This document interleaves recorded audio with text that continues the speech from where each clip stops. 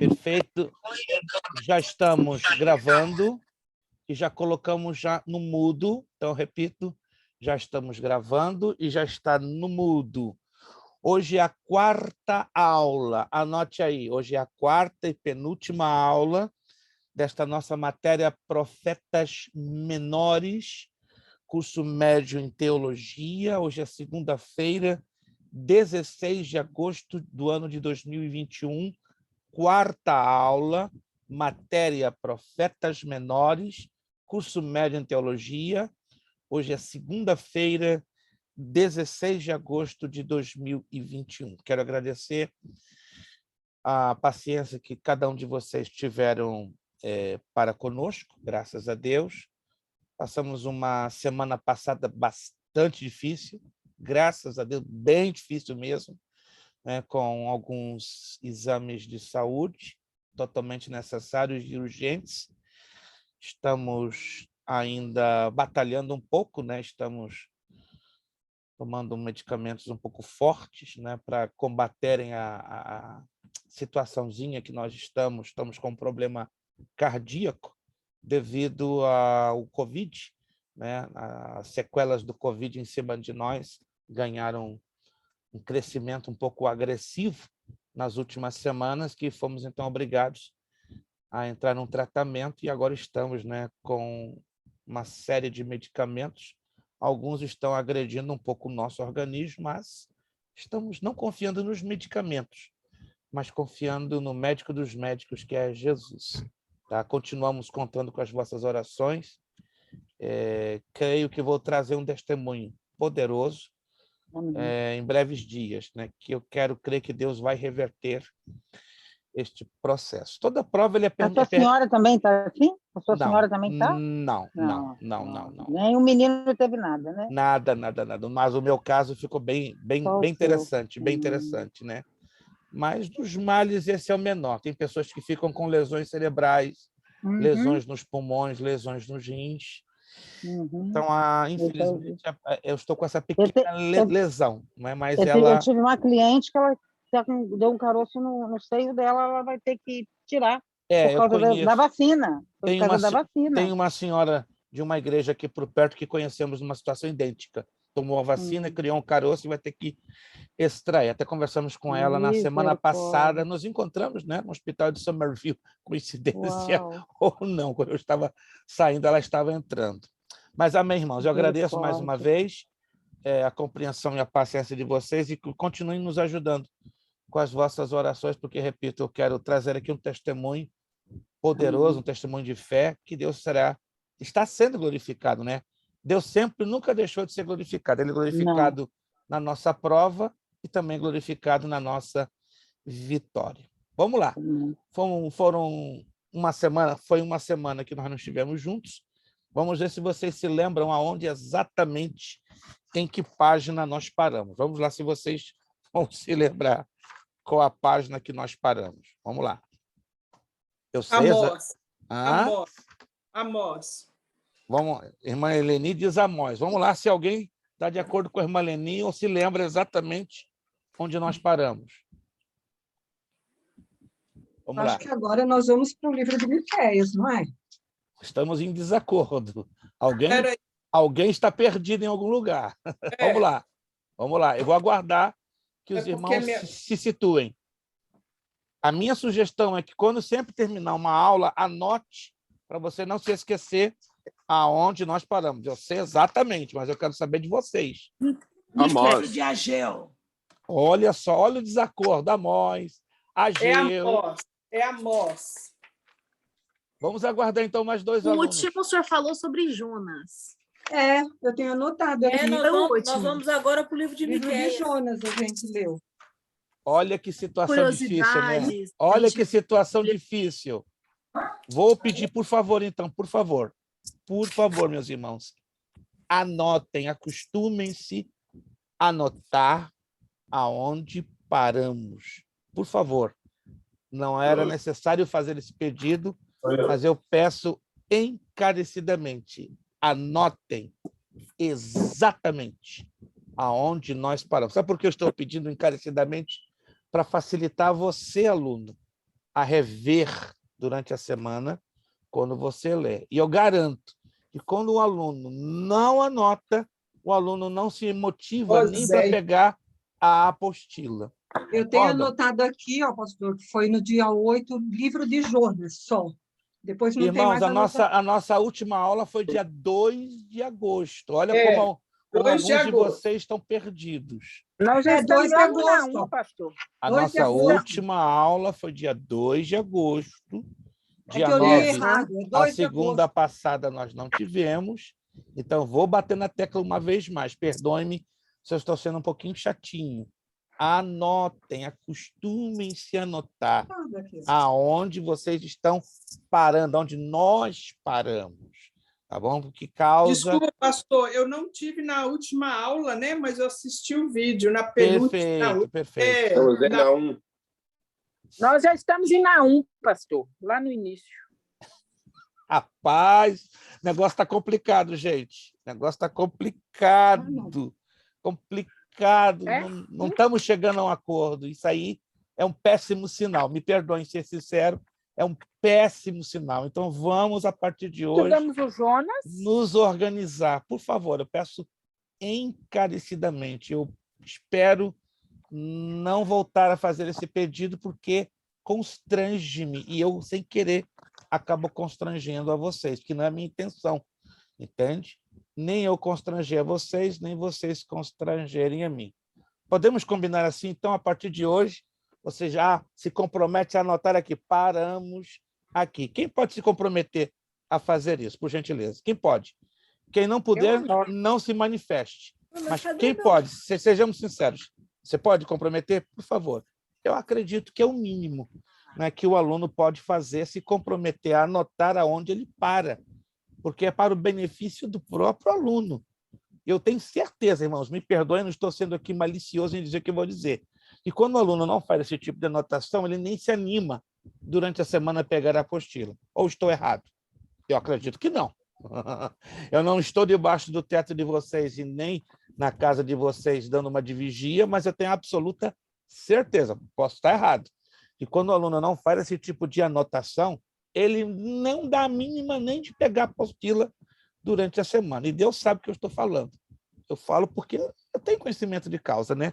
Tantos anos ministrando, ensinando, tantos anos em seminário, em institutos bíblicos, a gente aprende a conhecer, né, o comportamento básico dos alunos, sobretudo quando eles não fazem anotações. Podemos entrar de acordo? Podemos entrar em acordo juntos? Podemos, em nome de Jesus, ou não? Porque é triste a gente estar esforçando-se para dar o máximo de nós e o aluno não consegue dar o mínimo. Fica Professor, difícil. Eu não sei onde eu estava, então, porque a minha última anotação é o livro de Jonas, Cachalote, Engoliu a Jonas, Texugo, no Velho Testamento, dia 2 de agosto. Então, vamos ter tudo bem anotadinho. Eu sei que... Sim. É que o senhor demorou uma aula para falar do livro de Jonas, e na próxima aula o senhor falou o senhor leu mais 2 livros, então hoje vamos ter em Abacuque. Na verdade, eu não concluí o livro de Jonas. Eu não concluí. Tenho aqui anotado. Hoje era suposto passar o desenvolvimento da página 33. Eu não concluí, porque o livro de Jonas tomou um bom tempo. Vocês se lembram ou não se lembram? Sim. É só você pegar o vídeo e você vai chegar à conclusão do que eu estou falando. O livro de Jonas, como o livro de Joel, tomou um bom tempo. Então, nós trabalhamos com a página 32, mas a 33, nós demos só uma folheada em Miqueias e Naum. Eu nem desenvolvi nada sobre Miqueias ou sobre Naum. Tá? Eu só apenas dei uma folheada, uma passada. Estão se lembrando agora?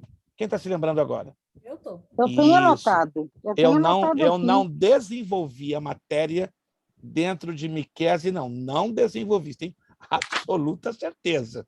Se eu perder essa certeza, então, eu não estou mais qualificado para estar à frente com vocês, ajudando no ensino da palavra de Deus. Eu tenho os meus problemas de esquecimento, claro, né? Mas é essa a razão que temos que andar juntos, sincronizados. Desculpa estar sendo chato mais uma vez. Posso contar com a ajuda de vocês nesse sentido? Posso? Sinceramente, Vamos fazer um esforço, gente. É o mínimo que eu estou pedindo a vocês. Eu estou me esforçando ao máximo, mas a parte de vocês eu não estou pedindo o máximo. Estou pedindo o mínimo. O mínimo eu não posso dar, mas você pode dar o mínimo. E o mínimo que é?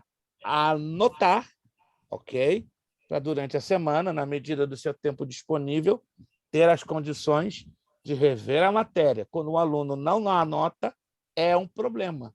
E aí depois o aluno se queixa, se sente frustrado. Eu tirei uma nota ruim, mas por que tirou uma nota ruim? Temos que avaliar, né? Eu sei que parte da culpa pode ser minha, mas é outra parte da culpa. Deus? Aí é impossível. Deus tem a parte da culpa. Então, só existem duas pessoas que geram o problema da culpabilidade quando o aluno vai mal: o professor e o aluno na sua parte. Mas vamos batalhar juntos para que situações de frustração não venham ser geradas, né, da parte dos alunos. E todo mundo, graças a Deus, estará saindo ganhando. Página 33, por favor. Anote aí. É aonde nós vamos recomeçar a aula de hoje, dando continuação ao livro do profeta Jonas. Nós iniciamos, desenvolvemos uma parte falando sobre o livro do profeta Jonas, mas, repito, não concluímos, devido à extensão, não é? Dos livros dos profetas menores, os livros que estão tomando um tempinho para nós estudarmos, na verdade, tem sido Joel, não é? E Jonas. Deixa eu só fechar esses 4 pontinhos que estão aqui na página 33. Me acompanhe. O local que Deus enviou a Jonas pregar a palavra era a capital da Síria, Nínive. Vou bater na tecla para, de novo, você não se esquecer, caso você não tenha anotado. Haviam 2 países de nomes parecidos: Síria e Assíria. Alguém se lembra disso? Alguém se lembra? Síria e Assíria. Tá? A Síria, com a letra A, 2 S's, é uma nação cuja capital era Nínive. Síria, S maiúsculo, isto, a Maria Duva está anotando. Damasco é a capital. Se você não anotou, por favor, faça isso agora. Agora, por favor, é para o seu bem. É para o seu bem. O que eu estou procurando transmitir para você é tudo para o seu bem. Não estou aqui com intenção nenhuma de trazer danos ou prejuízos a nenhum de vocês. É tudo para o bem dos irmãos. Quando os irmãos não fazem a anotação, vocês não estão querendo o bem de vocês mesmos. Concordam? Vocês não estão querendo o bem de si próprio. E é complicado o aluno não gostar de si próprio. Então, ele vai ter sérios problemas na medida que ele vai tentar avançar. Então, se você não anotou, por favor, anote aí. A Síria, A, 2 S's. Capital, Nínive. Local que Deus levou a Jonas a pregar a palavra. Síria, com S maiúsculo. Capital, Damasco. Damasco, Síria, nos lembra algum fato da Bíblia? Pelo menos um fato da Bíblia me chama a atenção quando eu falo de Síria, quando eu falo de Damasco. Pelo menos um fato. Não sei se vocês se lembram deste fato. E eu creio que já falei deste fato. Envolvendo Damasco, a capital da Síria. Ninguém se lembra? Apóstolo Paulo. Isto, Lucas se lembrou. Damasco era o local para onde estava indo o apóstolo Paulo com as cartas nas mãos dele para o quê? Perseguir aos cristãos ali da Síria. Está anotando? Se você está anotando, você está ganhando demais nessa noite.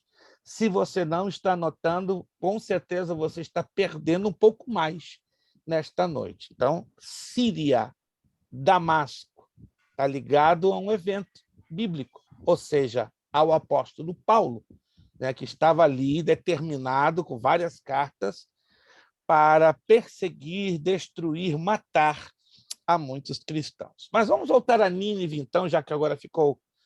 Está bem esclarecido, então, a diferença entre a Síria e Síria? Está bem esclarecido? Sim ou não?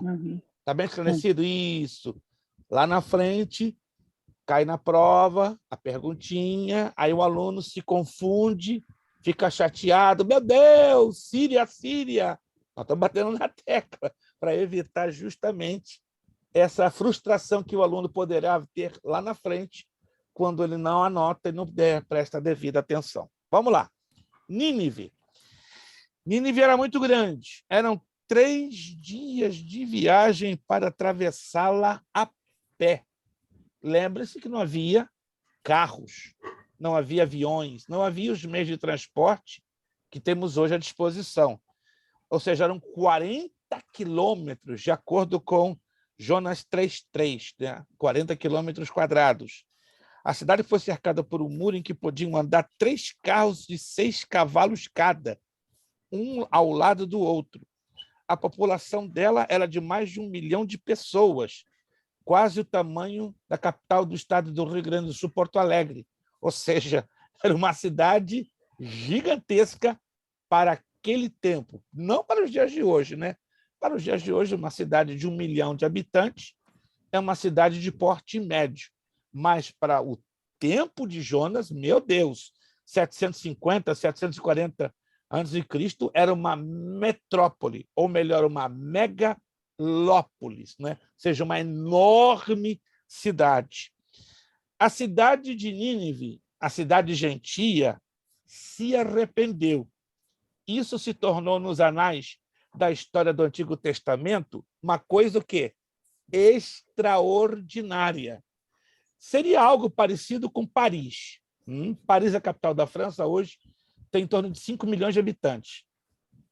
Imagine Deus levantar um pregador para entrar em Paris, que é uma cidade muito dissoluta, muito imersa no pecado, porque tem uma vida noturna muito intensa, muitíssimos prostíbulos, cabarés, é uma coisa violenta.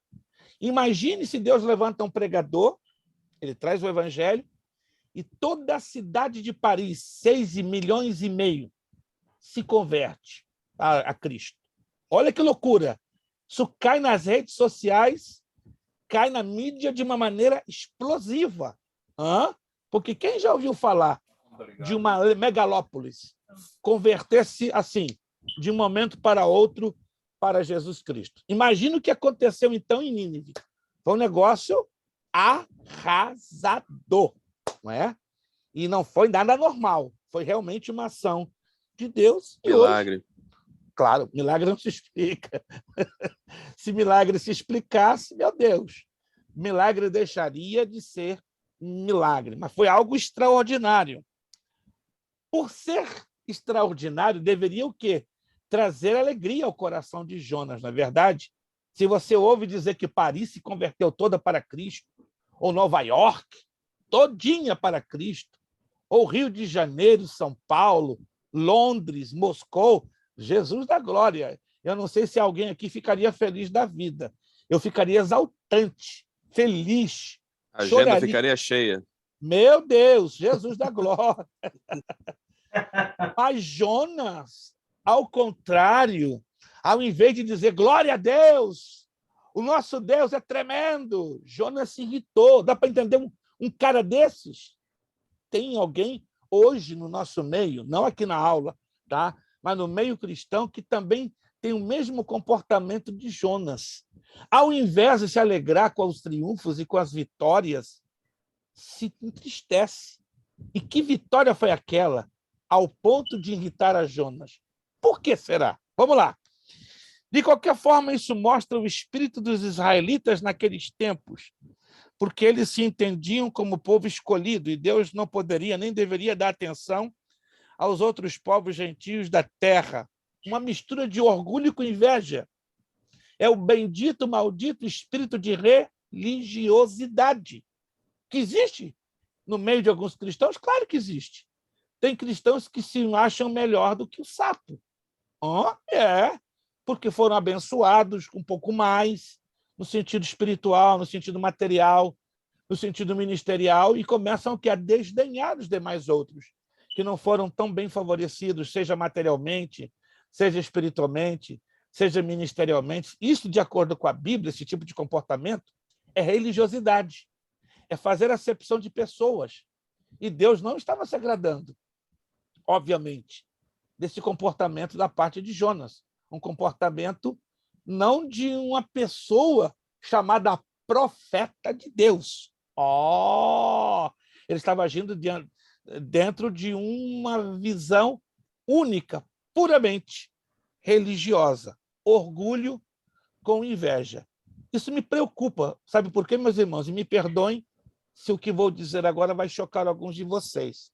Preocupa-me muito que de púlpitos de igrejas, ultimamente eu tenho ouvido obreiros, pastores, evangelistas, presbíteros, diáconos, missionárias, diaconisas, obreiros, usarem a seguinte frase: eu me orgulho muito disto, eu me orgulho muito daquilo. Eu queria saber aonde está escrito isto na Bíblia, ou seja, aonde em algum lugar da Bíblia nós vemos os profetas do Antigo Testamento, ou os discípulos do Senhor Jesus, ou o próprio Jesus, ou o próprio apóstolo Paulo, usarem esse tipo de expressão. Não, pastor, isso é uma força de expressão comum usada nos dias de hoje, mas nós teríamos que parar e fazer uma reavaliação séria. Se toda a força de expressão que usamos, ela tem uma intenção direta ou não, ligada aos nossos sentimentos e às nossas intenções. E se as nossas forças de expressão, elas têm uma conexão bíblica ou uma conexão puramente humana ou antropocentrista, ou seja, colocando o homem como centro de todas as atenções. Quantos de vocês estão me entendendo, por gentileza? Quantos estão me entendendo? Uma pergunta. Isso é uma coisa assim, que eu tenho buscado assim, um certo entendimento. Quando Deus, por exemplo, ele determina, né, ali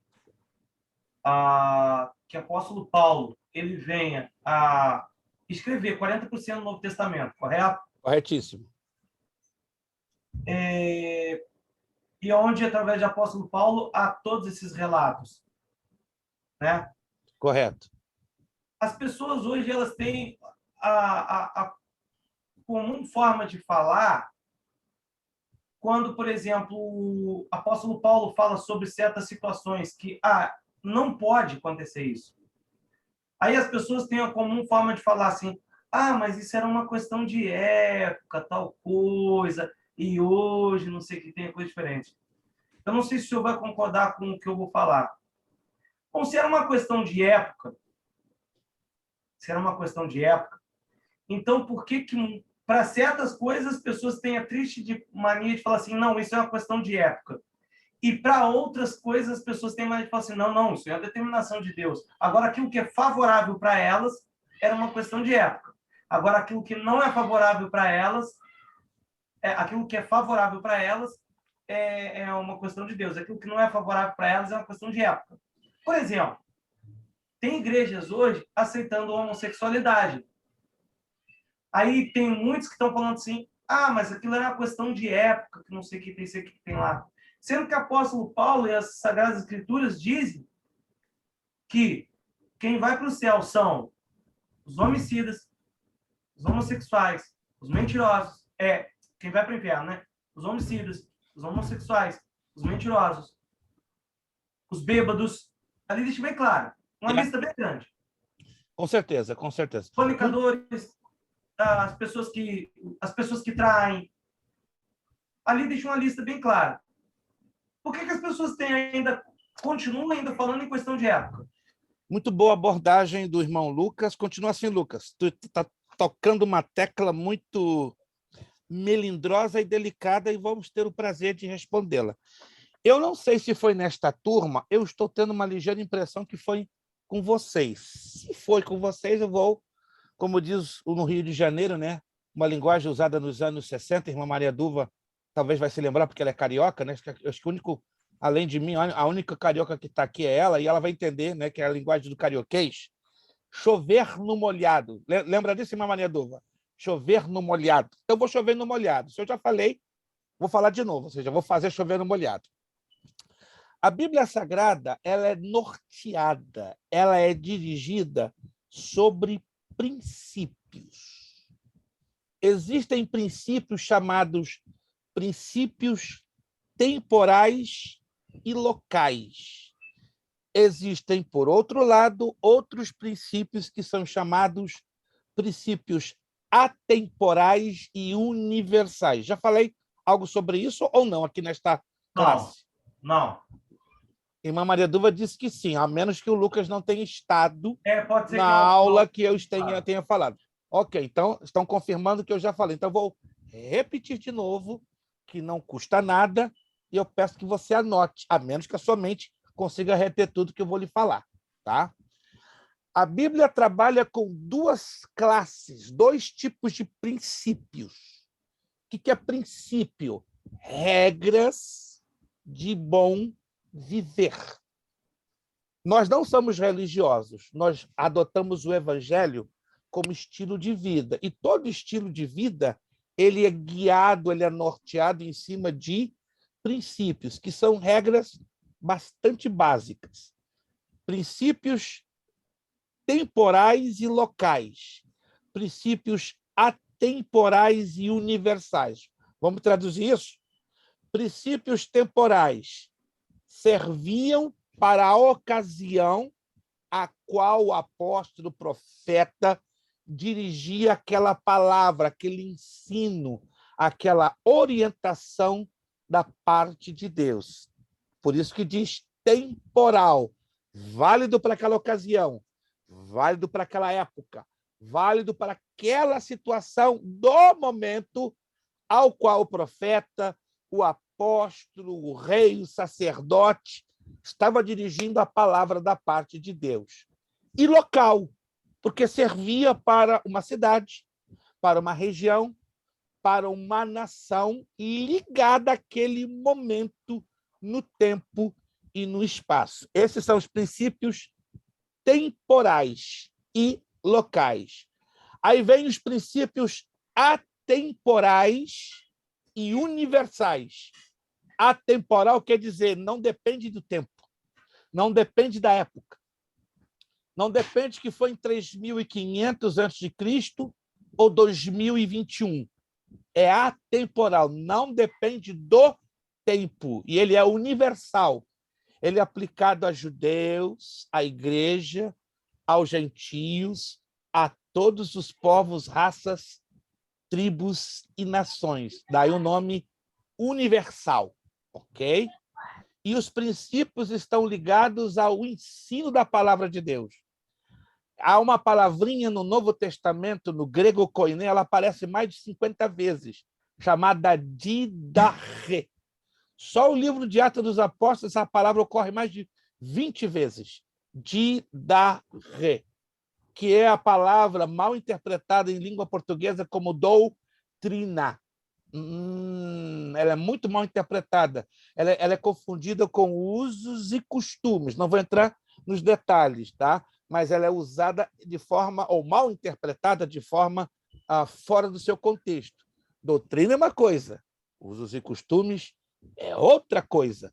Doutrina é o ensino dado pela Escritura e confirmado em 2 ou 3 mais ocorrências dentro da Escritura. O didache passa a ser a coluna de sustentação da doutrina da igreja primitiva, ou seja, Jesus ensinando os discípulos convertendo-se em apóstolos e os apóstolos trazendo o fundamento, como diz lá em Efésios 2:20, o fundamento dos apóstolos, o fundamento dos profetas, pelo fato que naquela época, quando Paulo escreve aos Efésios, anos 58, 59 depois de Cristo, o cânon do Novo Testamento e o cânon da Bíblia inteira não havia sido fechado. O cânon da Bíblia, né, os livros autorizados e inspirados pelo Espírito Santo, eles são fechados no ano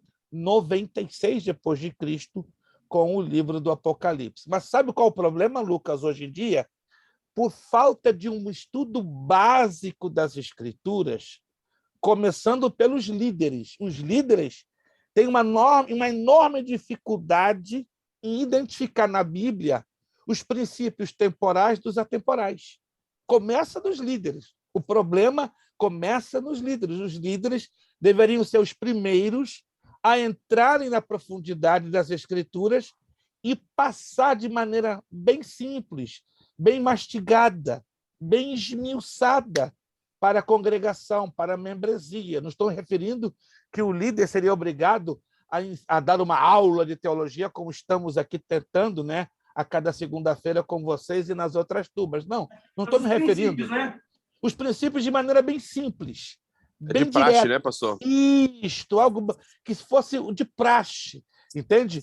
Para o gasto espiritual básico. Mas nem isso nós hoje ouvimos nos púlpitos das nossas igrejas. É triste, é muito, é constrangedor, é enorme, é angustiante, terrível. Daí as confusões doutrinárias, as generalizações. Por isso não é de se espantar que você vê pregador trazendo usos e costumes aplicáveis unicamente à nação de Israel e traz para dentro da igreja, ou vice-versa, entende? Como existem igrejas que seguem o mesmo molde da igreja da região da Galácia, a igreja dos judaizantes, que obrigava os cristãos que se convertiam ao ato da circuncisão, a não comerem carne de porco, a guardarem o sábado. Isso é impor a lei de Moisés, não é? Sobre a igreja, sobre o grupo de cristãos. Então, nós temos que ter cuidado para nós não misturarmos coisas que pertenciam e eram unicamente aplicadas aos judeus dentro do Antigo Testamento. O Antigo Testamento pode ser aplicado no Novo? Claro que sim.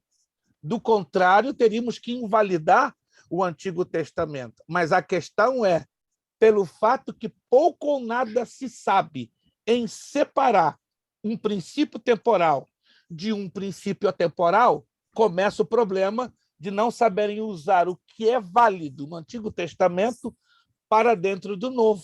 E tem coisas ainda do Novo Testamento que eram só aplicadas para o tempo da igreja primitiva e só aplicadas até ali. Acabou. Ok? Mas esse é o problema. Até que ponto um líder, conhecendo a base das Escrituras, ele vai separar, ele vai discernir um princípio temporal e um princípio atemporal? Complicado. O senhor sabe por que eu falei a respeito disso, pastor? Até mesmo citei a questão até mesmo da homossexualidade. Tem pessoas que falam assim, o cara ele é homofóbico. A própria pessoa, ela está gerando, a pessoa quando fala isso, ela está gerando um preconceito. Porque, na verdade, não se trata, quando a gente fala sobre homossexualidade, a gente não fala do homem, a gente fala do pecado. Ele diz, eu amo o pecador e abomino o pecado. Com certeza. O problema não está no indivíduo. O problema está na atitude, na conduta, na atitude. Mas esse é o problema. Hoje está se generalizando tudo. Isso é perigoso, irmãos. Temos que ter uma coisa chamada equilíbrio.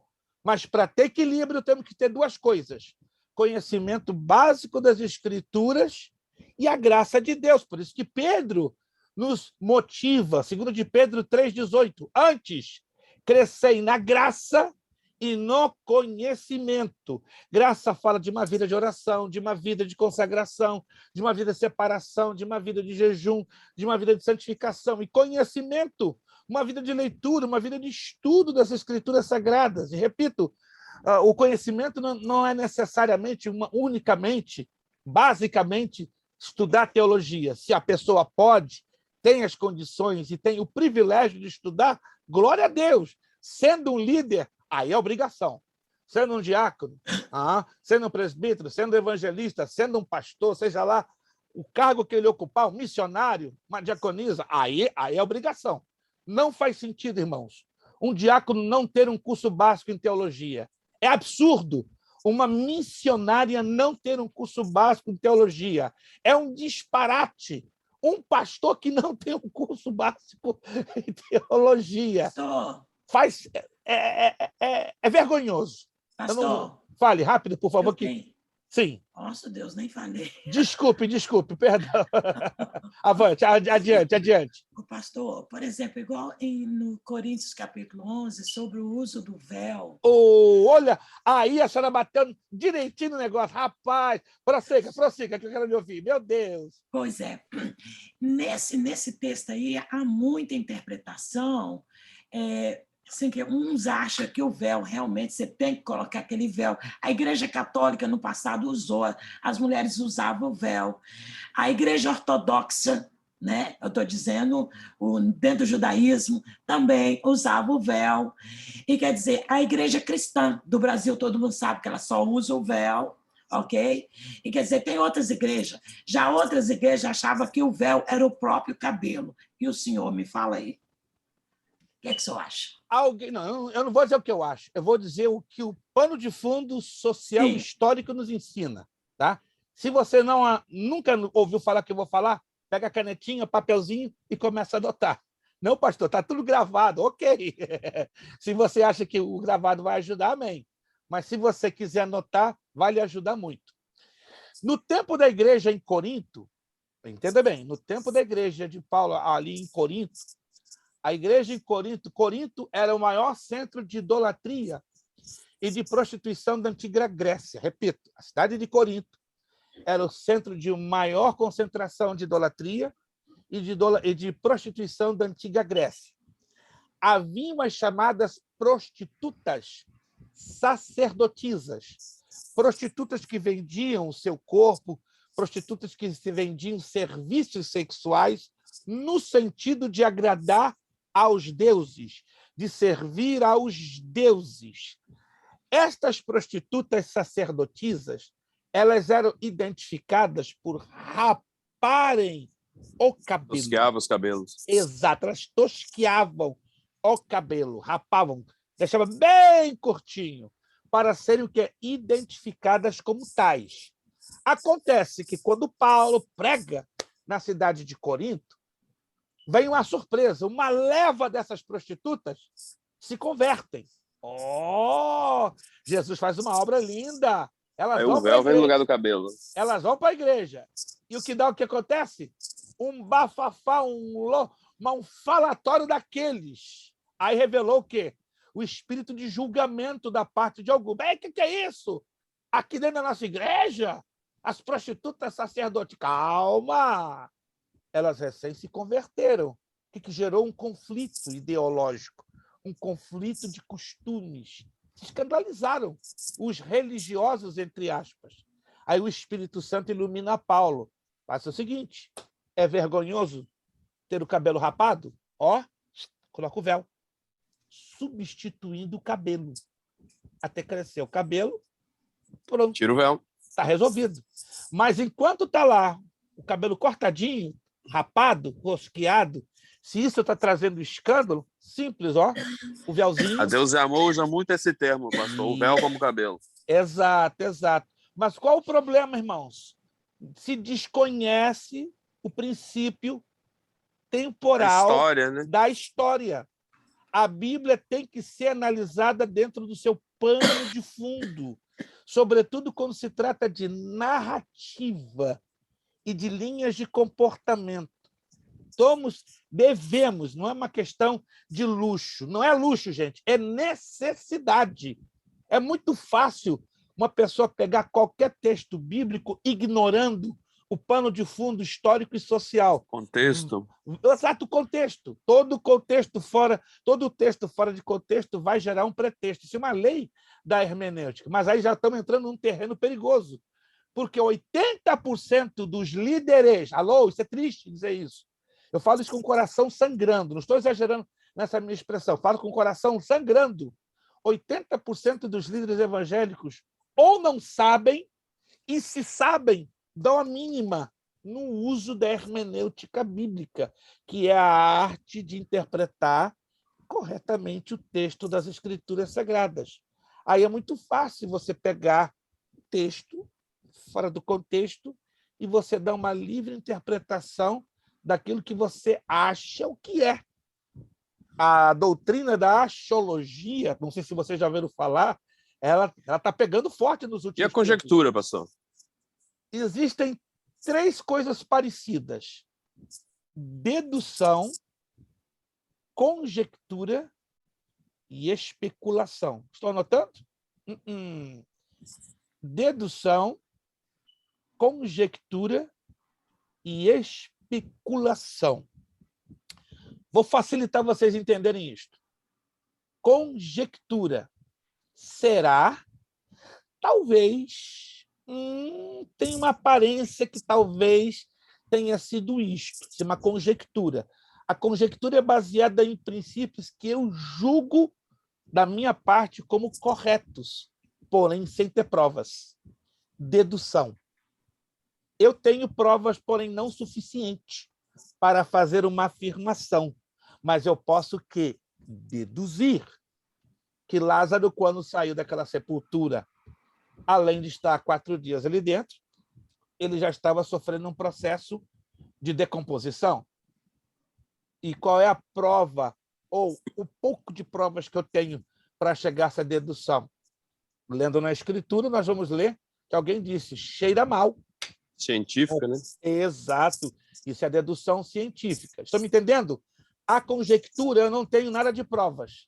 Eu só me baseio dentro daquilo que eu acho, que eu imagino, que eu considero. A dedução, eu já tenho um conjunto pequeno de provas, porém não o suficiente para eu fazer uma afirmação final e definitiva.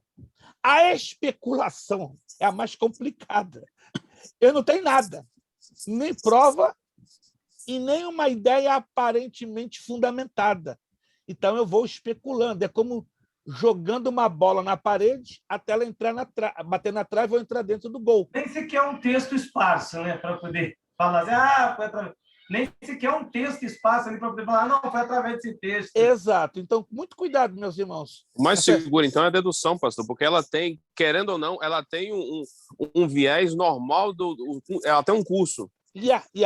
A dedução dos 3 é o que mais, digamos assim, é que mais se equilibra, seria o mais apropriado.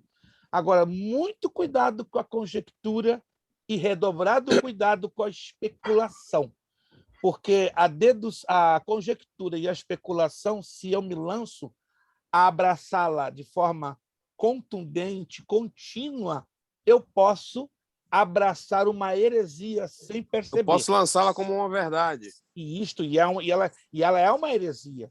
Sim. Esse é o problema. Ela se converte naturalmente numa heresia. Bom, pastor, rapidinho, a gente escuta muito louvor, eu e minha filha. Aí ela está falando assim que agora ela tem que ver se tem teologia no louvor. E tem um grupo que a gente escutava muito, que chama até Maverick City. Sim. Eles estão assim, estourando no mundo gospel.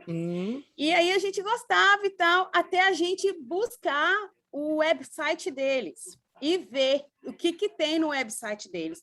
Eles são uma igreja, eles falam, não temos regras, porque a Bíblia não tem regra. Eles simplesmente escrevem isso.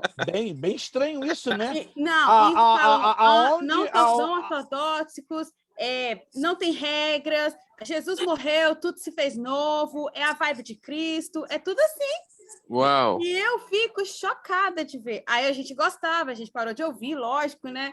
Agora a gente busca louvores com teologia. Então, a gente aprender, isso é bom para a gente também, porque, como o senhor disse, hoje tem muitos pastores que gostam muito de alimentar aquele egozinho lá dentro, né? O egolento dele lá, assim, para ficar crescendo em cima das coisas.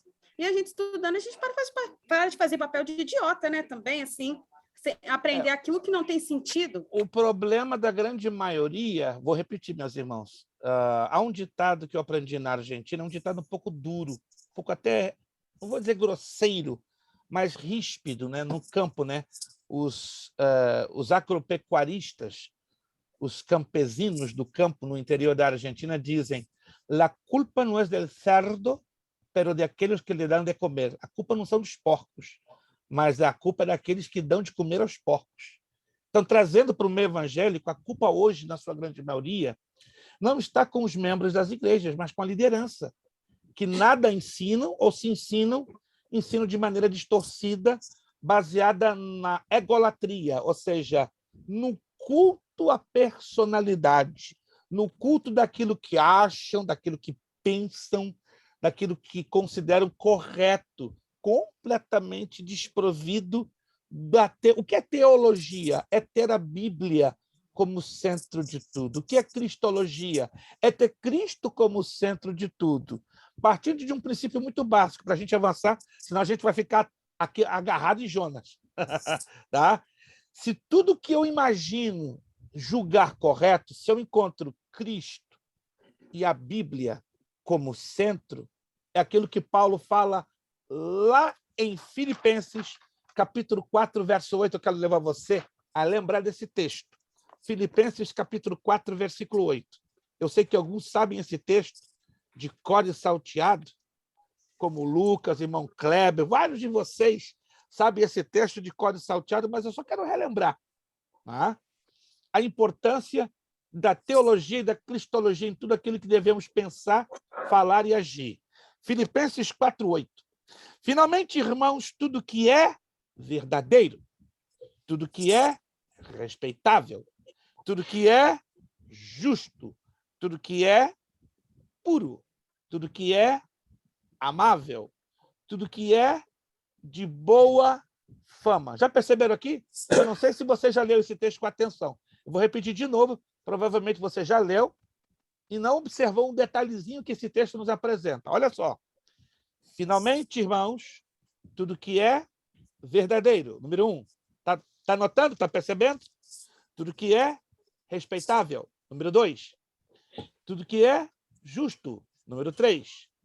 Tudo que é puro, número 4. Tudo que é amável, número 5. Tudo que é de boa fama, número 6. Isso aqui não é uma coincidência, isso aqui é uma receita de Deus. São 6 qualidades voltadas para o quê? Para o homem.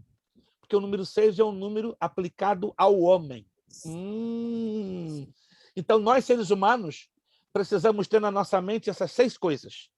O que é verdadeiro, o que é respeitável, o que é justo, o que é puro, o que é amável e o que é de boa fama. Mas aonde encontramos essas 6 qualidades? Na palavra de Deus e na pessoa de nosso Senhor Jesus Cristo. Se eu tiro a palavra de Deus como centro, se eu afasto Jesus como centro dessas 6 coisas, como eu terei o atrevimento de afirmar que aquilo que eu digo, penso e falo é verdadeiro, é respeitável, é justo, é puro, é amável ou é de boa fama? Porque não existe isso naturalmente em nós, seres humanos. Quantos nós concordamos que essas 6 qualidades não existem em nós, naturalmente, como seres humanos? E se existir, não é por nós, não é em nós, é em Cristo, por Cristo e da parte de Cristo e para Cristo. Amém, irmãos? Entendam isso.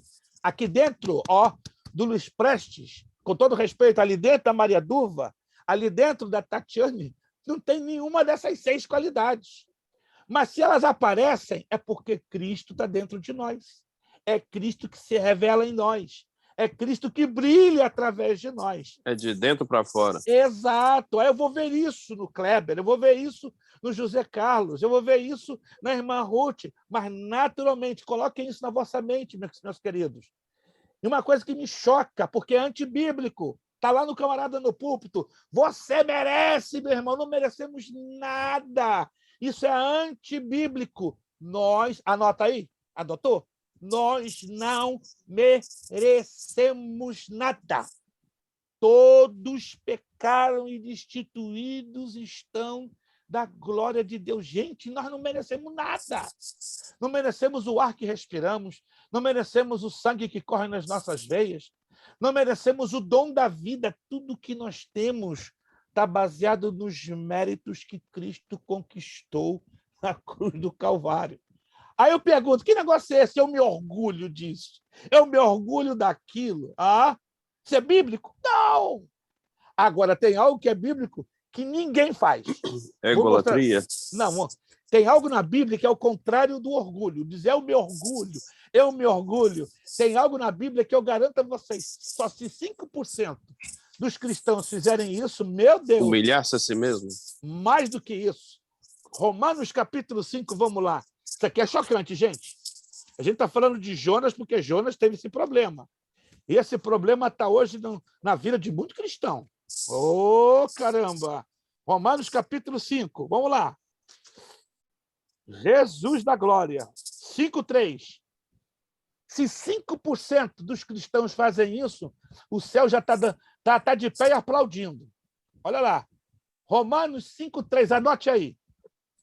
E não somente isso, mas também nos gloriamos nas próprias tribulações. Alô? Quem hoje se gloria na tribulação?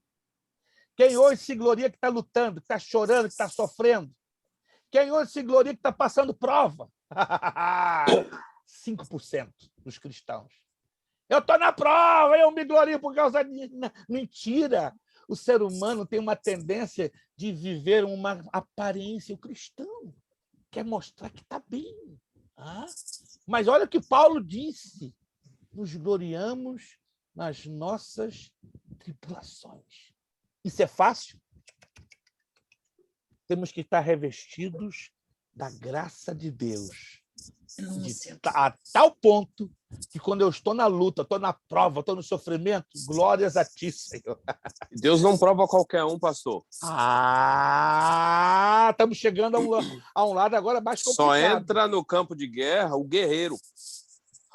Deus não vai botar ninguém lá se não tiver sido treinado. Começa com Alexandre Guerreiro, por isso que ele está aqui com a gente.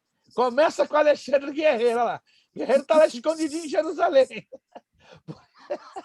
Ele não é bobo, não, está lá escondidinho em Jerusalém, porque ele está guerreando forte. Irmãos, isso aqui é sério, estamos falando de Jonas. Mas o mesmo problema de Jonas hoje está afetando a milhares. Milhares. Talvez você nem perceba, mas quem está do seu lado, eu não estou falando isso para julgar ninguém, por favor, vamos ter discernimento e vamos ter maturidade. Talvez quem está do seu lado é um religioso. Mas como é que você vai mudar essa pessoa religiosa? Conhecendo basicamente as escrituras. Aí batemos lá naquela velha tecla, meu povo perece porque lhe faltou conhecimento. Mas não vamos entrar mais nessa profundidade, porque esse é um problemão que complicou a vida de Jonas para ele enxergar a misericórdia de Deus. E muitas das vezes pedimos, Senhor, tem misericórdia de mim, mas não temos misericórdia daqueles que se opõem contra nós, daqueles que fazem a nossa vida um quadradinho na terra, daqueles que nos perseguem. É muito conveniente pedir misericórdia para nós. Como Jonas, né? Chamava a atenção de Deus, querendo misericórdia, mas ele não teve misericórdia dos ninivitas. Vamos lá. Pastor, só um minutinho. O John Bevere, ele fala uma coisa muito importante na Isca de Satanás, naquele livro dele. Que é um livraço, aquele é um livraço. Livraço.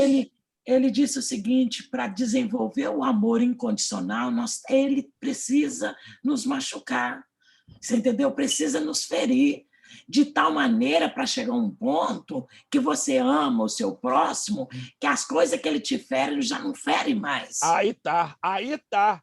Ou seja, ganhamos anticorpos espirituais. Sim. Ganhamos anticorpos emocionais. Podem te bater nas duas faces, na testa, no queixo, você está dando glória. Sim. Agora, o cristão que não tem a imunidade emocional e espiritual é o cristão dodói, é o cristão película. Ai, ui, falaram mal de mim, estão me caluniando, estão me perseguindo. Vou te colocar na mão de Deus. O cristãozinho mais delicadinho. Ai, ui, estão falando mal de mim, estão se levantando contra... Ei, alô. Fizeram pior com Jesus. Jesus mesmo disse, o servo não é melhor do que o seu senhor. De jeito nenhum. Perseguiram a mim, vão perseguir a vós. Falaram mal de mim, vão falar mal de vós. Pastor, olha aqui outra coisa, igual Jonas, o povo de Israel em geral, mas Jonas, ele não tinha aquele amor incondicional pelo povo, é que o povo era ruim, não valia nada, não valia. Não valia nada. Mas a gente tem que olhar no ser humano, dentro dele, a alma dele tem valor para Deus e acabou. Você entendeu? As atitudes dele, aquilo que ele é, às vezes que te fere, te machuca, mas você precisa olhar dentro dele e falar, não, essa alma tem valor e por causa disso eu vou amar ele e acabou. Pegando o gancho da irmã Lúcia, primeiro irmão Kleber, que eu vou no gancho da irmã Lúcia, que eu vou um pouquinho mais longe. Irmão Kleber. Não, eu acho que o senhor pode falar, porque o assunto meu ia ser outro assunto diferente da irmã Lúcia. Acho que fica melhor para o senhor. Perfeito. Eu faço uma pergunta a vocês, pegando o gancho da irmã Lúcia. Qual é o mandamento? Estamos falando de Jonas, né? E tem muito a ver conosco. Qual é o mandamento mais difícil que Jesus deixou na Escritura? Amar o teu próximo como a si mesmo. Amar o próximo. Tem o mais difícil ainda. Tem o mais difícil. Gente... Amar, abençoar aqueles que te perseguem. Amar eu vou dar aqui agora a isenção da prova de profetas menores. Qual é o mandamento mais difícil que Jesus deixou? Amar a Deus sobre todas as coisas. Errado. Amar o nosso inimigo. Errado. Eu quero texto. Abençoar aqueles que os te perseguem. Errado. Errado. Não. Amar o próximo como a ti mesmo. Errado. Tem um mais difícil ainda do que esse. Tem um mais difícil. Vocês vão entender. Ele é difícil. Se você não estiver cheinho da graça e do amor de Deus, você não cumpre esse mandamento. Porque amar a Deus sobre todas as coisas? Erradíssimo. Estão chovendo no molhado, gente. Não é amar a Deus sobre Os todas as 10 coisas? mandamentos, né? Não cobiçar o que é do outro. Errado, Já sei, não levantar falso testemunho. Errado. Jesus deixou esse mandamento. Jesus, repito, Jesus. Vocês não estão se lembrando dos mandamentos que Jesus deixou. Jesus deixou além dos dois, Jesus deixou um que é super difícil. É o mais difícil. Não tomar seu santo nome em vão. Errado. Não está na bem-aventurança. Errado. Ame ao Senhor, teu Deus, de todo o teu coração. Não se tornar como... É, pastor? Nada. Vocês estão batendo a bola na trave direto. Não, Direto. Tem um que é o mais difícil. Ninguém... É difícil cumprir demais esse mandamento. Gente! Ele que não se tornar como uma criança não entrará no reino dos céus? Tem um mais difícil ainda, pastora. Mais difícil. Sobre perdão, pastor. Está chegando lá, está quase chegando lá, mas esse é o mais humildes darão aos outros como eu vos amei. Está chegando lá, irmã Lúcia. Está chegando lá. Dar a vida pelo outro. Tá aí! Já está isenta. João capítulo 15, verso 13. Está isenta, pastora Priscila. Meu Deus! Ninguém tem maior amor do que este, de dar a alguém a própria vida em favor dos seus amigos. Só Jesus, e quem é cheio de Jesus, até a tampa da chaleira. Esse é fácil ou é fácil? Ou não é fácil? Esse mandamento não é nada fácil. Entendi. Nada fácil. Eu conversei hoje com esse mandamento de Deus quase impossível. Parece que... Alguém está com o áudio aberto. Peço a bondade que o fechem, que fica complicado. Anotaram aí? Obrigado. Anotaram aí?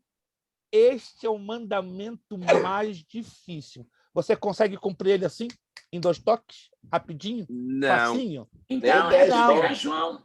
É 1 João 3, 15, 16. Evangelho de João 15, 13. 15, 13. 15, 13. Anotou aí? Anota. Esse é o mais difícil. Se fosse fácil, estava todo mundo na igreja dando a vida pelo outro. Se fosse fácil, o mundo cristão seria muito melhor. Pastor, mas a gente pode praticar esse amor, né? A gente pode praticar esse amor porque, na medida que a gente tem um challenge na vida, como um ser humano, com os irmãos, com a liderança, seja o que for. A gente precisa aplicar a palavra de Deus nos momentos determinados, e cada dia, né, a gente vai subindo, como disse que o senhor leu em Romanos capítulo 5, né, que mais tarde, lá no versículo, eu sei que ele fala que a perseguição, depois da perseguição, é um caráter renovado. Então, quer dizer, a luta, a prova, a perseguição, a perseverança e um caráter renovado. Nos momentos da adversidade, é preciso aplicar a palavra de Deus e ela vai germinando. Às vezes você quer falar um negócio, você quer ter atitude, fala, não, mas espera aí, o Senhor me amou, eu tenho defeito, eu preciso melhorar. Quer dizer, você vai aplicando e o Senhor vai trabalhando. A aplicação da palavra de Deus nos momentos das perseguições. Mas aí a pergunta, quantos de nós estamos dispostos a lançar mão desta aplicação? Porque nas nossas próprias forças é impossível, temos que depender da graça de Deus. Isso é um amor sacrificial, pastor? Isto, o amor ágape, isso é difícil. Deixa eu ouvir o irmão Kleber, não quero deixar o irmão Kleber para trás, o irmão Kleber tem uma abordagem. Em seguida, eu já quero fechar Jonas para passar para o próximo livro.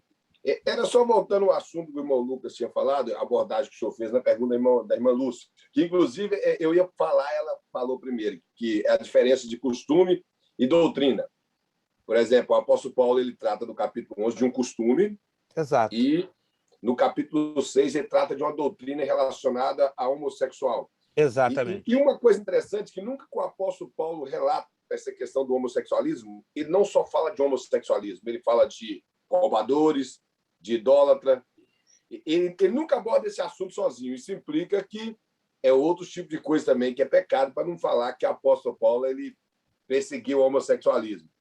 Agora, complementando o que o senhor falou, além do costume da época, da questão das prostitutas, se olhar o capítulo 11 de Coríntios, ele está relacionado a uma certa desavença que estava acontecendo entre casais. Exatamente. Entre mulher e marido. E uma coisa interessante, eu não sei se muitos aqui sabem, o véu ele foi criado pelos assírios e não pelos judeus. Exatamente, exatamente. Foi desenvolvido pelos gregos e quem fez o maior uso dos costumes do véu foi os persas. Com o passar do tempo, as judias começaram a usar, porque as mulheres judias só usavam, as hebreias só usavam véu quando elas eram virgens e iam encontrar com o seu marido após casar, que foi o que aconteceu com a Rebeca. Não era costume dos judeus usar véu. Com o passar do tempo, eles passaram a usar. Os maridos gregos achavam bonito e queriam que as mulheres usavam. Inclusive, quando a gente vai para o versículo de número... o versículo 3 fala a respeito do marido. O apóstolo Paulo começa introduzindo, ele constrói o texto assim, mostrando de quem veio a mulher, de quem veio primeiro. Eu não tenho nada a ver com machismo, não, eu estou colocando o pensamento do apóstolo Paulo. Inclusive, uma das coisas interessantes que o apóstolo Paulo fala, que a mulher deveria usar véu é por causa dos anjos. Sim. E o único texto que me dá base para tentar entender o que o apóstolo Paulo está querendo falar é Isaías 6, quando fala que os anjos cobriam o rosto, cobriam os pés e com 2 asas eles voavam. Eles tinham 6 asas, com 2 eles cobriam o rosto, eu creio que sinal é reverência, com 2 cobriam os pés em sinal de humildade e com 2 voavam. Então, eu acredito que essa comparação que ele fala, mostrando que não ia alterar nada para as mulheres, ela simplesmente obedecesse o pedido do marido de usar o véu. Então, era um costume local. E o apóstolo Paulo, simplesmente querendo amenizar um problema entre famílias, ele pediu para as mulheres usar o véu. Perfeito, perfeito. E nada de uma questão além de cultural, nada a ver com a doutrina. E a questão da comparação com o cabelo é baseado no que o senhor falou. Porque uma coisa que até hoje isso aí qualquer homem sabe, uma mulher que tem um pescoço bonito e deixa o pescoço à vista, ela chama mais atenção. Sem dúvida, sem dúvida, né? Também é uma questão de ética comparado aos tempos de hoje com os tempos de lá de trás. Mas tudo bem. Excelente abordagem do irmão Kleber. Vamos lá. 1,17, na página 33. Os críticos liberais da Bíblia duvidam que os eventos que estão relatados sejam verdadeiros. Os críticos liberais, por favor, achando que é uma obra de ficção. Por causa da história do grande peixe, que não pode ser uma baleia. Porque no livro que diz o Senhor preparou um grande peixe para engolir Jonas. O Criador pode fazer isso? Bom, eu apostaria num tubarão-baleia, um gigante dócil e vegetariano. Não quero entrar nos pormenores desta aparente polêmica. uma coisa é certa. Houve um milagre, obviamente houve, de um peixe ou de uma baleia ter tragado a Jonas. O mais importante de toda a história não é apenas entrarmos na questão do detalhe, se foi um peixe ou foi um mamífero, um cetáceo. Mas o importante de tudo isso é a lição que o milagre traz para o nosso aprendizado espiritual. Saindo de Jonas, que dá muito pano para manga, Miqueias. O nome Miqueias significa quem é como o Senhor, página 34. Em Miqueias 1:1, diz que o profeta Miqueias, nascido em Moresete, no sul de Judá, foi contemporâneo de Isaías e Oséias, isto é, Miqueias ouviu falar de Isaías e ouviu falar de Oséias. Os três viveram na mesma linha do tempo, embora a Bíblia não nos dá detalhes se eles se conheceram. Provavelmente sim, mas nem a Bíblia e nem a história geral falam de um encontro que possivelmente pudesse ter ocorrido entre os três profetas. A data entre os anos 750 e 686, durante os reinados de Jotão, Acás e Judá. Observem que esses são os reis de Judá. Então, Miqueias profetizou para o reino de Judá.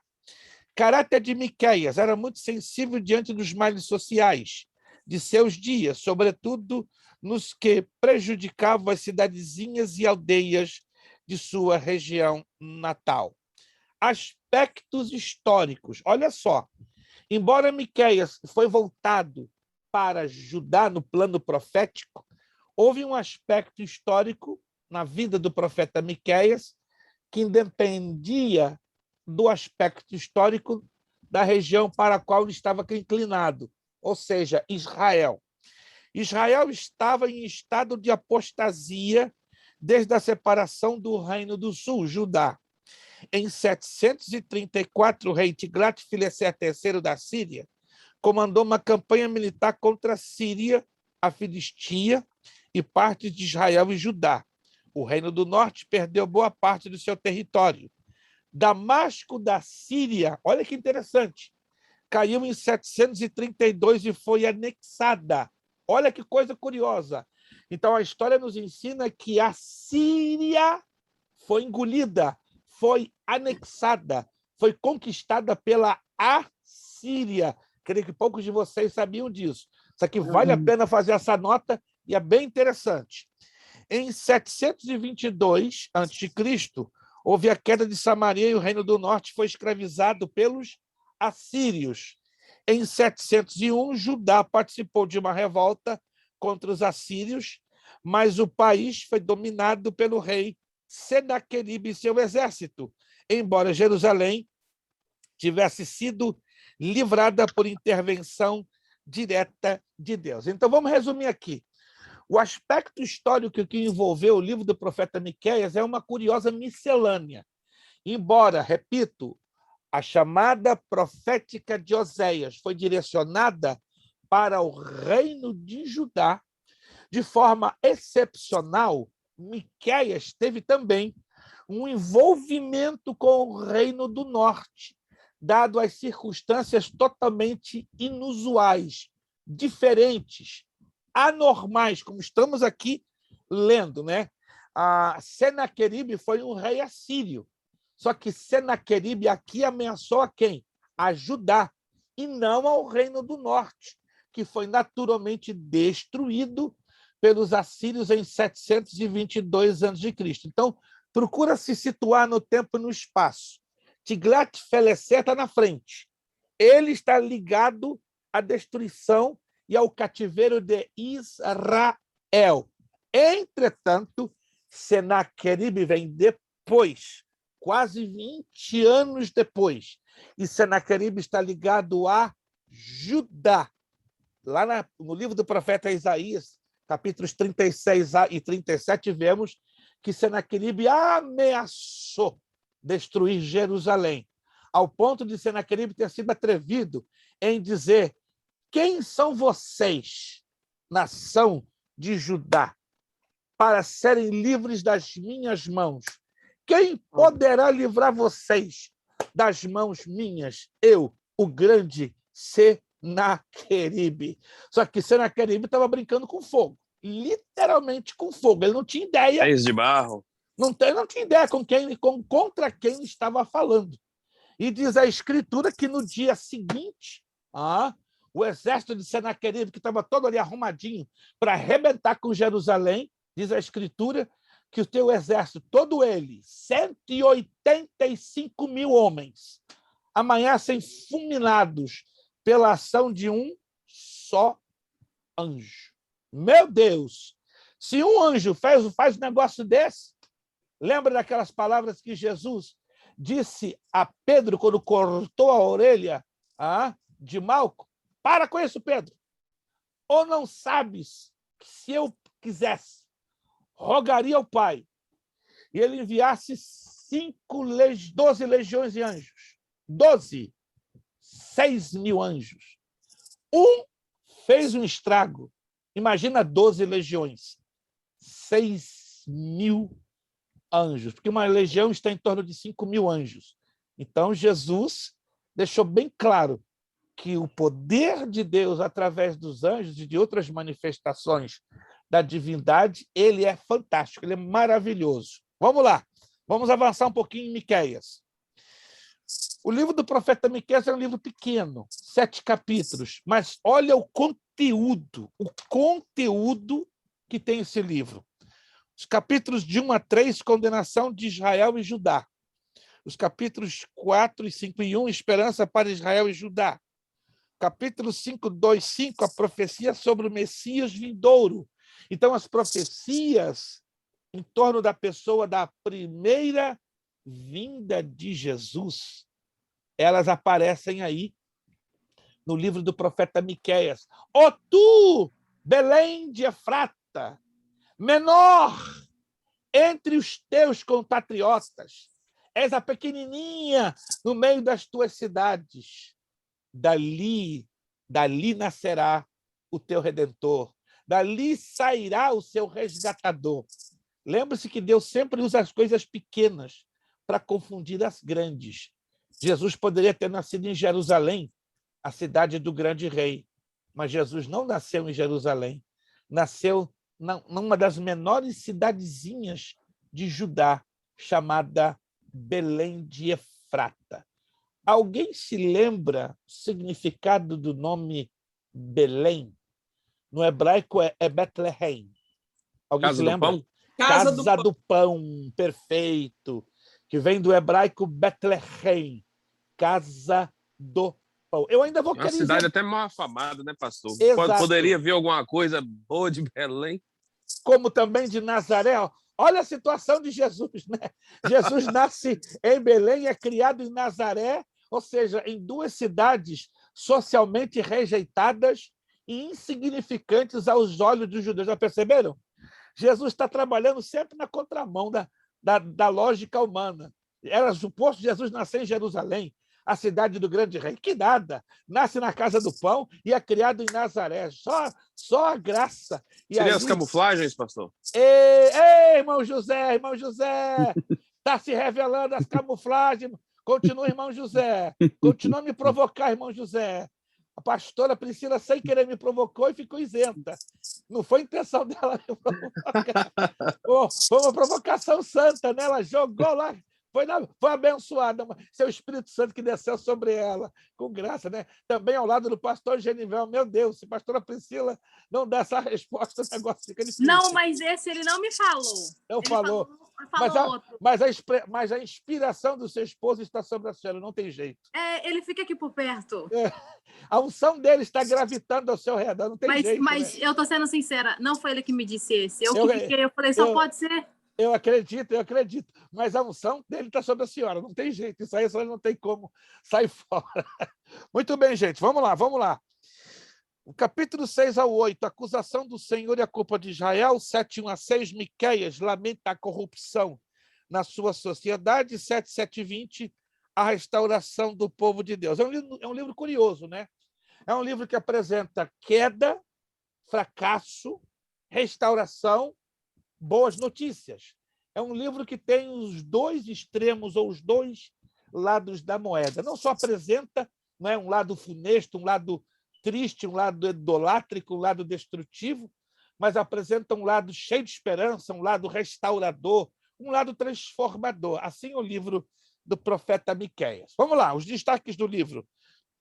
3:3, os assírios tinham o costume de arrancar literalmente a pele dos povos conquistados e fazer colunas de cabeças cortadas. Daí o ódio, não é, de Jonas contra os ninivitas, que eram assírios.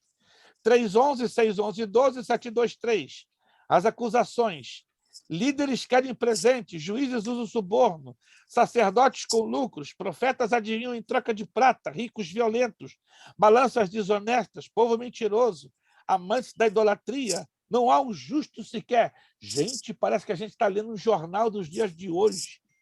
Quando você lê Miqueias, Jesus da glória, parece que você está falando de alguém conhecido seu, não é verdade? Não dá essa impressão? Lê Miqueias que você vai ter a literal impressão que está lendo o Jornal do Brasil, o Globo, o Estado de São Paulo, ou a Folha de São Paulo, ou assistindo a Fox News. Meu Deus, vamos lá. Miqueias 4:4, se você não sabe, é a miniatura dos detalhes do milênio. Anote aí, ó, faz um highlight. Miqueias 4:4 dá detalhes, porém de forma miniaturizada, do que será o governo de Jesus Cristo de 1000 anos na Terra. Miqueias 4:4.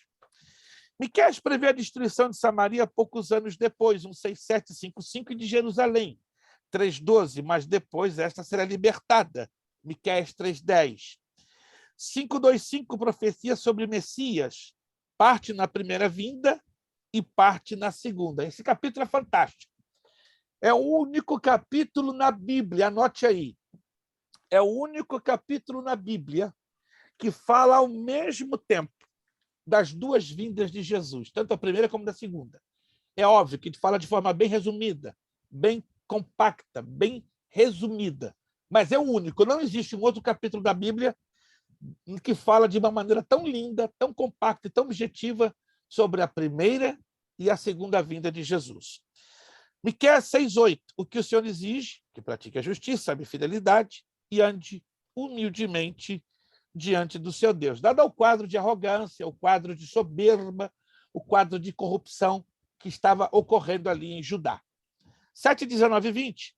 Apesar de todas as maldades, Judá será restaurada por causa da grande misericórdia do Senhor.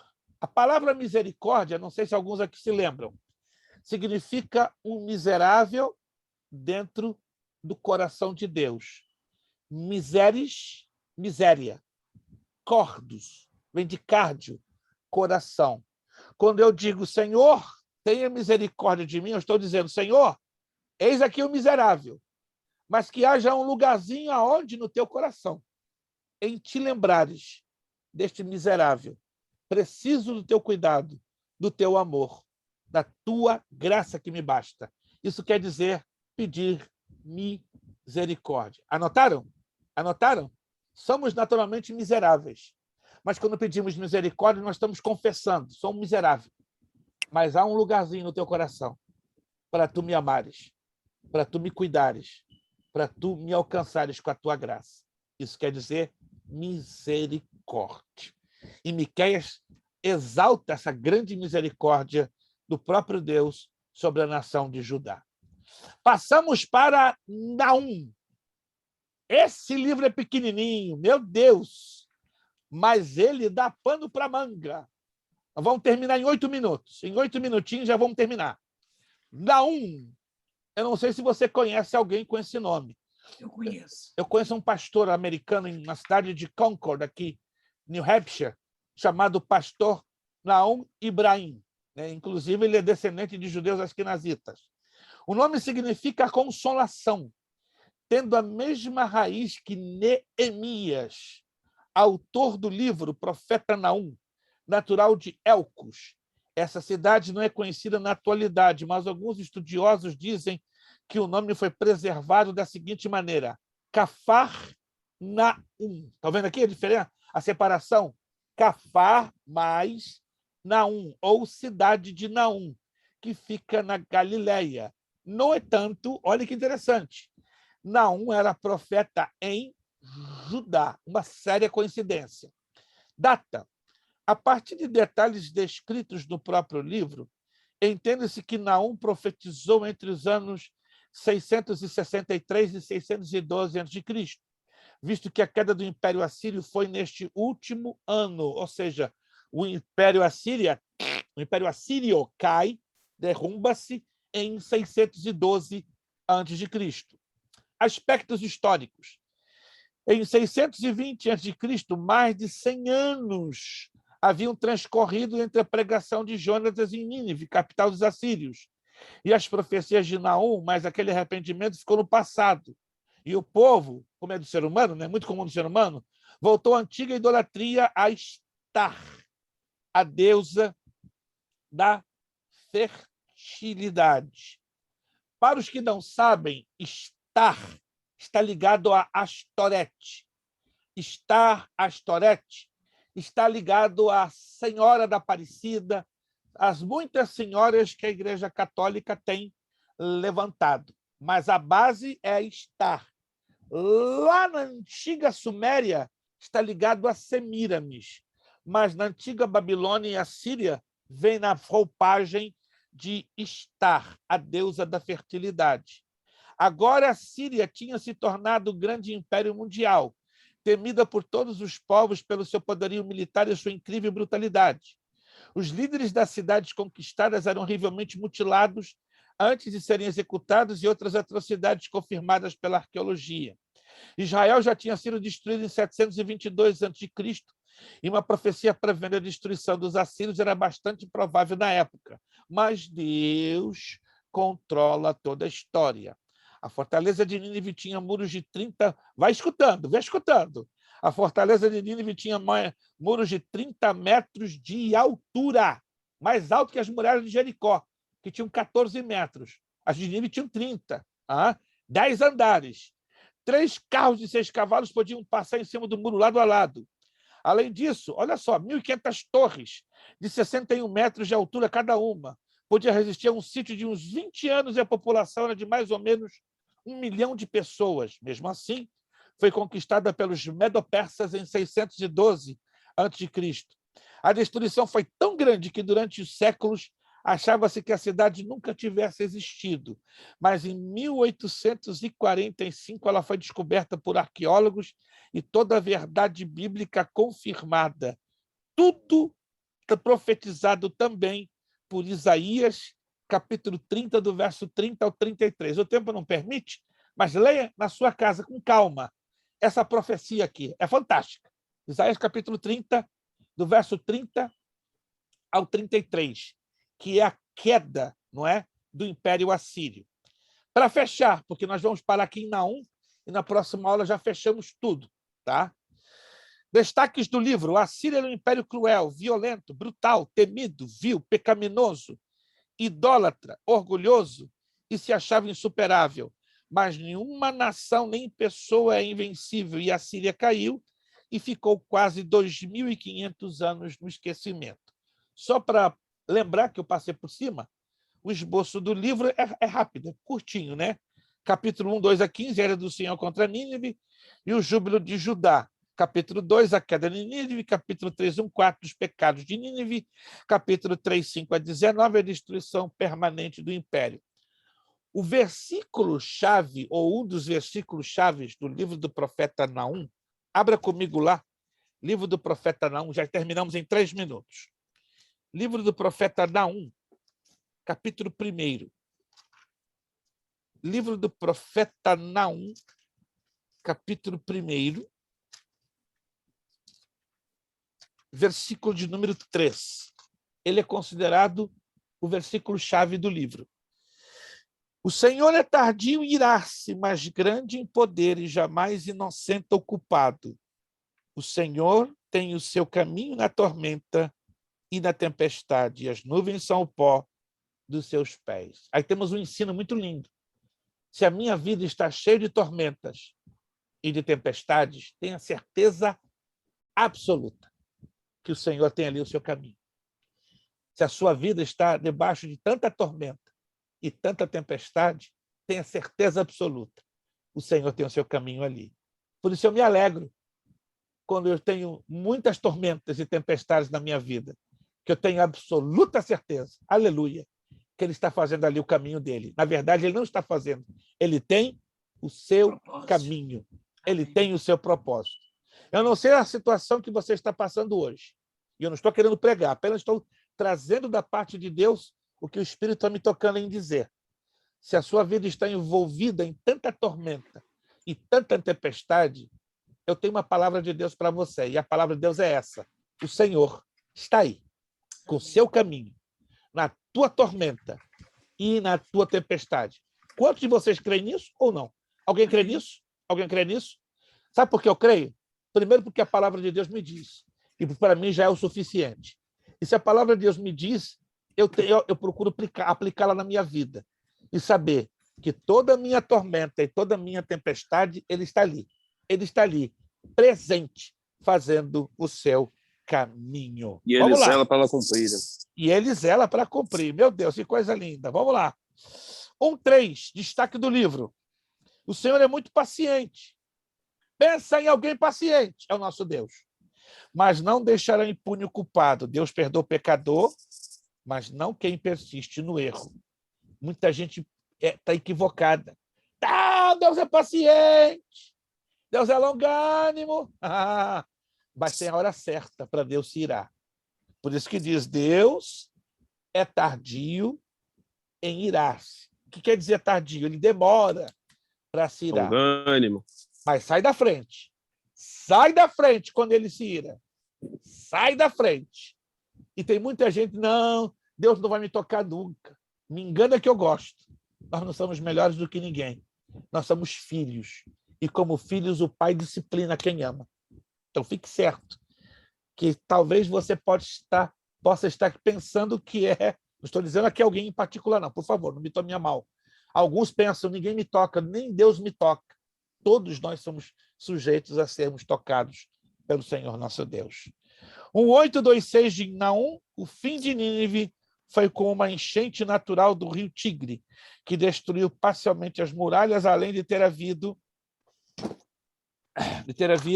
o rompimento de uma barragem por causa do excesso de chuvas e ventos.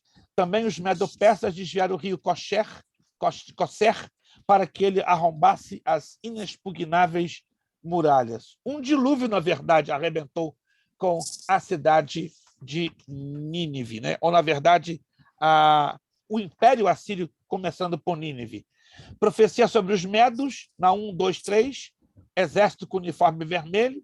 Naum 3:5, estou contra você, diz o Senhor dos Exércitos, e Nínive foi completamente destruída e nunca mais reconstruída conforme a profecia. Interessantíssimo. Nunca ninguém, jamais, conseguiu reconstruir Nínive. Virou habitação dos animais do deserto. E para concluir, Naum 3:18 e 19, lamentação por Nínive. Quem ouve as notícias a seu respeito bate palmas por sua queda, pois quem não sofreu por sua crueldade sem limites. Anotou aí aonde nós paramos? Anota aí, por favor. Então, na próxima aula começamos aonde? Vamos lá? Aonde começamos? Abacuque, anote aí. Na próxima aula, que vai ser a última aula com prova, começamos com Abacuque. Próxima aula, falaremos de Abacuque, falaremos um pouco de Sofonias, falaremos de Ageu, Zacarias e, finalmente, Malaquias, e daí fechamos profetas menores. Dia 30, anote aí, dia 30, nova matéria, História de Israel, dia 30 de agosto. Essa matéria vai mexer com a sua cabeça e com a minha também. História de Israel. É muita coisa, é muita, só que nós vamos resumir uma apostila de 25 páginas. E dá para resumir? Dá. Nós conseguimos, com a graça de Deus, resumir uma história gigante em 25 páginas, chamada História de Israel. É a próxima matéria do Médio em Teologia. Perguntas, dúvidas? Faça agora ou se cale bonitinho até a próxima aula. O centro nervoso da história de Israel é a divisão dos dois reinos, né? Perfeitamente. Oh, tá ali, irmão José, já se antecipando, né? Já tá nos atos proféticos, irmão José Carlos. Já está com ato profético. O centro nervoso da história de Israel é justamente a divisão do Reino do Norte e da divisão do Sul. Gente, vamos então louvar a Deus, agradecendo-lhe com uma oração. Obrigado pelo esforço de vocês em estar aqui conosco, depois de uma semana de descanso, né, entre aspas, mas estamos aqui nos esforçando para dar o melhor de nós, e vocês, pelo menos, trabalhem com o mínimo, que já ajuda bastante. Né? Vocês dando o mínimo, eu dando o máximo, e Jesus dando o mega, olha, ninguém nos vai segurar, mas você tem que fazer o mínimo, eu o máximo, e Jesus, ele vai fazer o mega, como sempre ele costuma fazer o mega. Vamos agradecer a Deus, então, uma palavra de oração, pedindo com que a sua bênção continue sobre cada um de nós. Lembrando que, se você ainda não fez o pagamento da mensalidade do mês de agosto, você tem até o dia 30. Até o dia 30, está tranquilo, né? De hoje a 2 semanas, você está tranquilinho, se ainda não fez. E se você que já fez, meu muito obrigado. Deus abençoe, fortaleça, prospere você rica e poderosamente. Orando, agradecendo ao Senhor nosso Deus. Muito obrigado, Pai, por esta noite, pela tua palavra que temos meditado. É lindo estudar a tua palavra, é lindo estudar o conteúdo destes livros que é um tanto desconhecido para muitas pessoas cristãs e até obreiros, pastores evangelistas, que pensam que conhecem um pouquinho sobre este livro, mas às vezes chegamos à conclusão que não conhecem nada. Por isso, ajuda-os a serem despertados, a estudarem a profundidade destes livros que têm um ensinamento maravilhoso, uma aplicação maravilhosa na nossa vida espiritual. Continuo abençoando os meus irmãos, as minhas irmãs, as suas famílias, as suas casas. Muito obrigado a Deus pela vida de cada um dos meus irmãos em Cristo Jesus. Despede-nos em paz, debaixo da tua poderosa mão, do teu cuidado. Continua dando a tua saúde sobre cada irmão, cada irmã, sobre cada família. Continua trazendo saúde também para mim, que preciso, tu sabe que eu preciso, para continuar te servindo com ânimo, com motivação, com garra. Muito obrigado pela certeza que temos da vitória em Cristo Jesus. É a nossa oração, que fazemos agradecidos com o perdão dos nossos pecados, no bendito e maravilhoso nome de Jesus Cristo. Amém, e amém. Alô, alô, o nosso lema, por favor, nosso lema. Seriedade. Compromisso. Disciplina. Tá fraco, gente? Será que uma semana desanimou vocês a esse ponto? Vamos lá. Finjam vocês que tomaram um litrão de Red Bull misturado com Monster e mais um copão de Coca-Cola. Isso, olha lá. Alguém tá... Então vamos lá. Seriedade. Compromisso. Disciplina. Seriedade. Compromisso. Disciplina. É necessário que ele cresça. E que eu diminua. É necessário que ele cresça. E que eu diminua. É necessário que ele cresça. E que eu diminua. E a Deus damos o quê? A honra, a glória e o poder para todos. Deus abençoe vocês. Muito obrigado. Vocês são os melhores. Irmã Ana, um abraço no Brasil inteiro, por favor. Deus abençoe a senhora, irmã Robson. Até a próxima segunda. Amém, a paz do Senhor. Segunda, última aula com a provinha. Em o nome de Jesus. Muito obrigado. Deus abençoe a todos. Amém. Obrigado a todos. Obrigado. Amém.